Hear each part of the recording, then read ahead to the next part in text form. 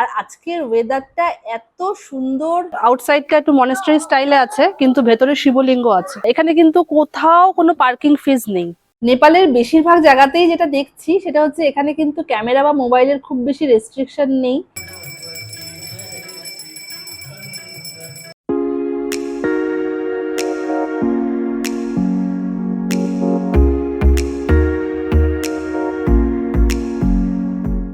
সামনেই বিশাল অন্নপূর্ণা রেঞ্জ দেখে নিশ্চয়ই তোমরা বুঝে গেছো আমরা কোথায় আছি। একদমই তাই, গতকাল রাতেই আমরা কাঠমান্ডু থেকে পোখরা এসে পৌঁছেছি আর সকাল হতেই বেরিয়ে পড়েছি পোখরার নানা জায়গা দেখবো বলে।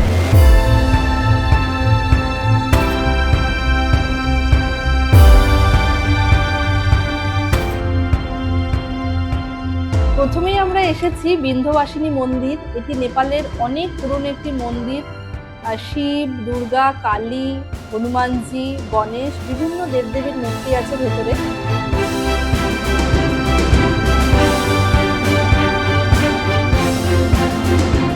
আর আজকের ওয়েদারটা এত সুন্দর, নীল আকাশ আর অন্নপূর্ণার রেঞ্জ পুরোটা এখান থেকে দেখা যাচ্ছে।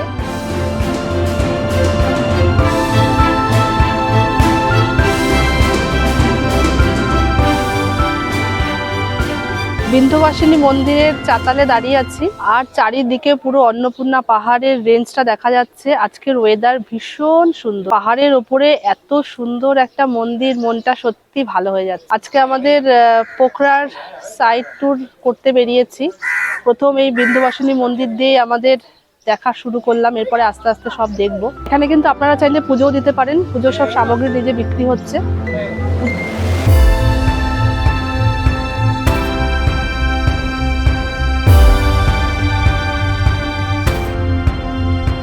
বিন্ধ্যবাসিনী মন্দিরে ঢুকেই দেখছি ভীষণ সুন্দর একটা ভিউ পয়েন্ট করা আছে।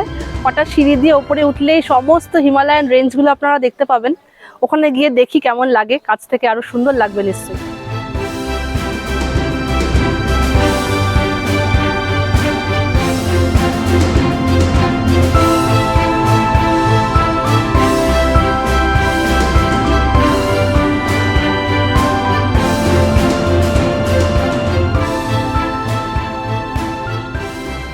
এখন আমরা যাচ্ছি সারানকোটের উদ্দেশ্যে। ভীষণ সুন্দর একটা জায়গা, যাওয়ার রাস্তাটাও কিন্তু মনোরম।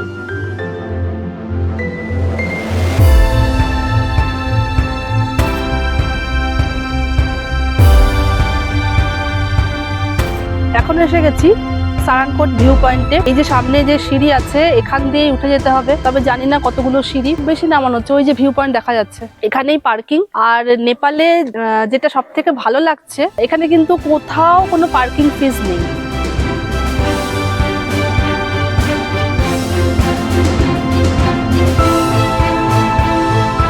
সারানকোট যে ভিউ পয়েন্ট, একদম ওপরে পৌঁছে গেছি। সিঁড়ি করা আছে, রেলিং আছে, মাত্র 150টা মতো সিঁড়ি। একটু রেস্ট নিয়ে নিয়ে আসবেন। ওপরে দেখছি একটা প্যাগোডা স্টাইল কিছু আছে, একটা মনেস্ট্রি টাইপের কিছু আছে।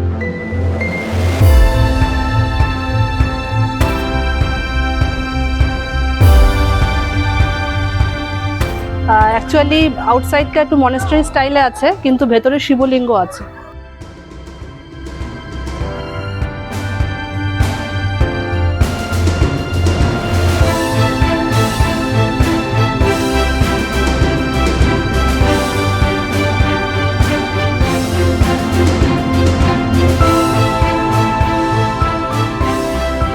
যে পোখরা সিটি সেটা পুরো দেখা যাচ্ছে, আর ওই দিকে পেওয়া লেক। এখান থেকে আরো খানিকটা উঠলে আরো সুন্দর ভিউ পাওয়া যাবে। এখান থেকে সানরাইজ আর সানসেট দেখা যায়, কিন্তু আমাদের সানরাইজও দেখা হয়নি, আর সানসেট যখন হবে অতক্ষণ আমরা এখানে থাকতেও পারবো না।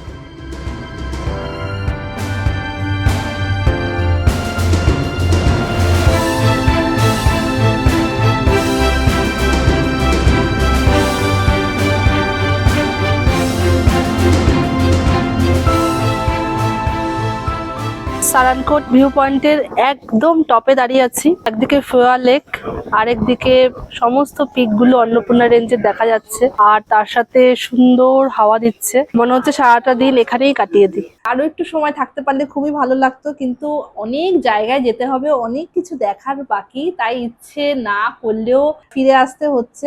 আরেকটা কথা জানিয়ে রাখি, এখানে কিন্তু অনেক থাকার জায়গা আছে, যারা চাইবেন তারা একটা রাত কিন্তু এখানে কাটালে মন্দ লাগবে না।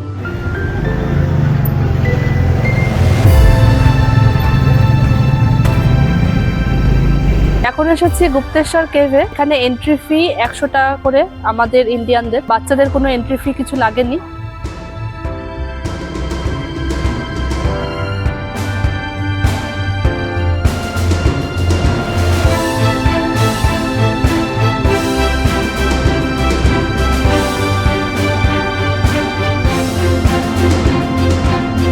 নেপালের বেশিরভাগ জায়গাতেই যেটা দেখছি সেটা হচ্ছে এখানে কিন্তু ক্যামেরা বা মোবাইলের খুব বেশি রেস্ট্রিকশন নেই।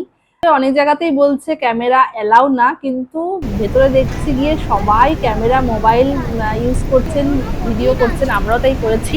লাস্ট টাইম যখন আমরা মেঘালয় গেছিলাম সেখানেও প্রচুর ওয়াটারফলস, কেভ দেখেছি। আর এবারে নেপালে এসেও কিন্তু আমরা অনেক কেভ দেখছি। গুপ্তেশ্বর কেভের ভেতরে যে জলটা আমরা দেখতে পাচ্ছি সেই জলটা কিন্তু অ্যাকচুয়ালি ডেভিস ফলস এর জল। ডেভিস ফলসে আমরা নেক্সট এখান থেকে বেরিয়ে যাব, ওইখানে যে ওয়াটারফলস এর জলটা সেটাই কিন্তু এই কেভের ভেতর দিয়ে যাচ্ছে।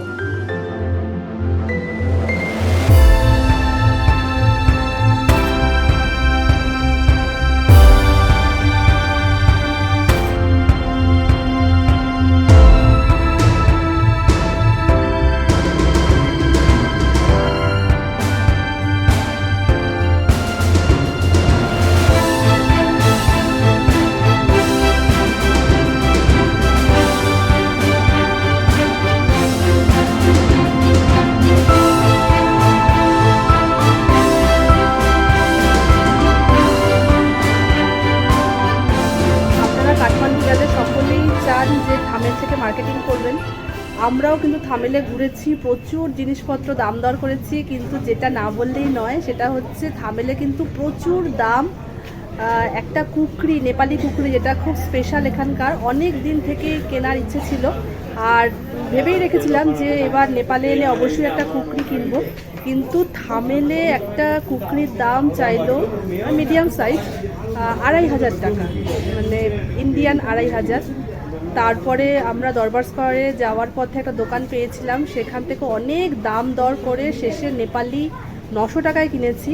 কিন্তু এখন পোখরাতে গুপ্তেশ্বর কেভ যেটা আছে সেখানে এসে সামনে দোকান দেখছি, সেখানে দেখছি ওই সেম সাইজের কুকরি নেপালি 800 টাকা চাইছে। তাই আপনাদেরকে বলবো, যদি কিছু মানে গিফট আইটেম বা এরকম কিছু কেনাকাটার ইচ্ছা থাকে আপনারা পোখরাতে এসে কিনতে পারেন, সেখানে কিন্তু জিনিসের দাম অনেকটাই সস্তা।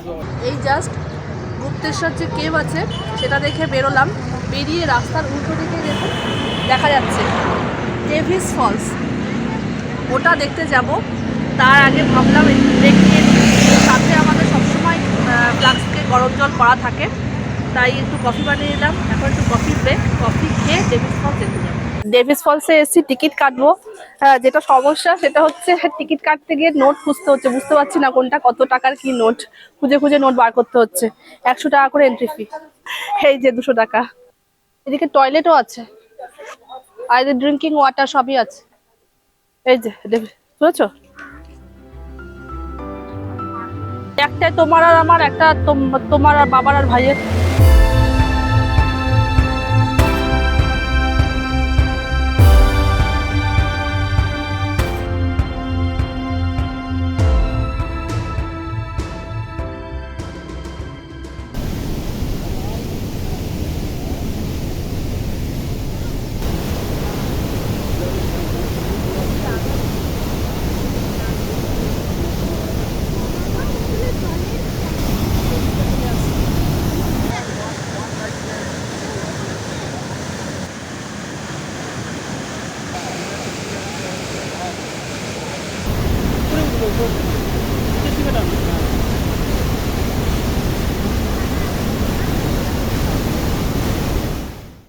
এই যে ডেভিস ফলস তোমরা দেখলে, এই ডেভিস ফলস এর জলটাই কিন্তু গুপ্তেশ্বর কেভের ভেতর দিয়ে যাচ্ছে।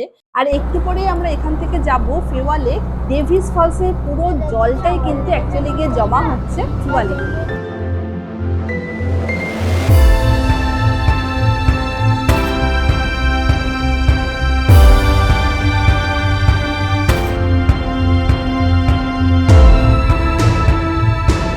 একদম পারফেক্ট টাইমে আমরা ফেওয়া লেকের ধারে এসে গেছি। অ্যাকচুয়ালি বোটিং করার বেস্ট টাইম হয় ভীষণ সকাল ভোরবেলা যেটাকে বলে, অথবা পরন্ত বিকেল। আমরা এখন যে সময়ে এসেছি সেটা একদম সত্যিকারের পরন্ত বিকেল। সূর্য অস্ত গেছে, কিন্তু তার ছটা পাহাড়ের মাথার ওপর পড়ে একটা অদ্ভুত সুন্দর প্রাকৃতিক পরিবেশ সৃষ্টি করেছে। सकल परिवार को कल्याण होस्, सुख शान्ति होस्, समृद्धि सुस्वास्थ्य दीर्घायु होस्, मनोकामना पूर्ण होस्, घरमा धनधान्य होस्, नवग्रहहरू शान्त।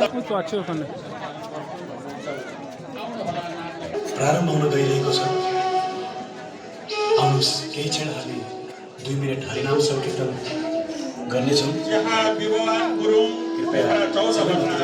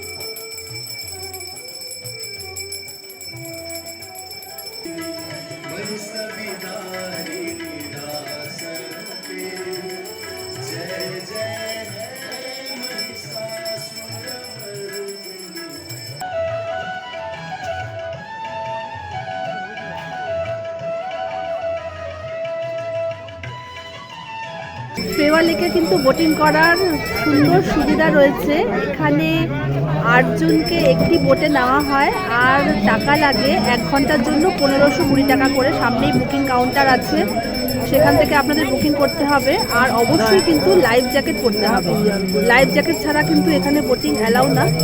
আর অবশ্যই একটা কথা মনে রাখবেন, বিকেল 5টার আগে আসবেন, 5টার পরে কিন্তু বোটিং ক্লোজ হয়ে যায়। আর এখানে একটা সুন্দর মন্দির আছে, একটুখানি জলের মধ্যে এগিয়ে গিয়ে সেখানেও আপনারা বোটে করে চাইলে যেতে পারেন। তার জন্য আপনাদের চার্জ লাগবে মাথাপিছু 115 টাকা, লাইফ জ্যাকেট সঙ্গে।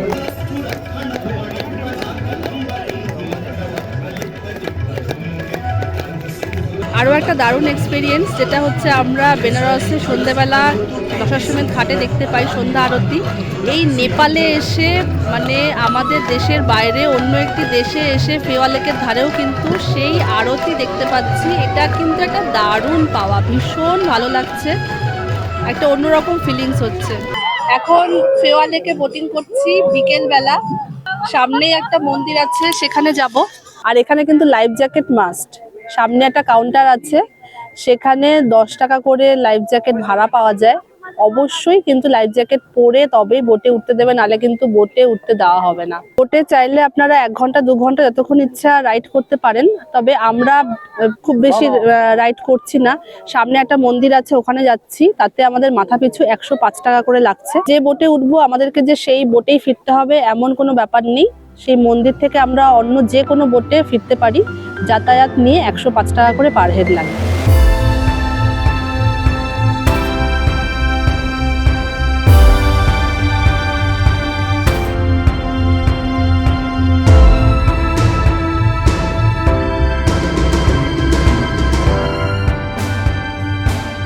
অর্ক, কেমন লাগলো বোট চড়ে?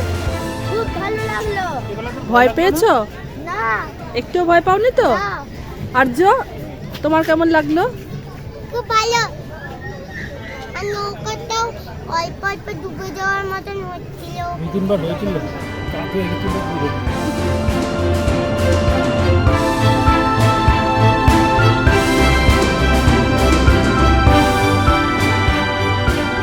সারা সারাদিন ভীষণ মজা করে কাটালাম, তবে সব জিনিস কিন্তু আজকে দেখতে পারিনি, অনেক কিছু দেখার বাকি আছে। তাই কালকে ভোর হতেই আবার বেরিয়ে পড়বো। ততক্ষণ আমাদের সাথে থাকো আর অবশ্যই দেখতে থাকো ট্রাভেলিং মোড। Good night.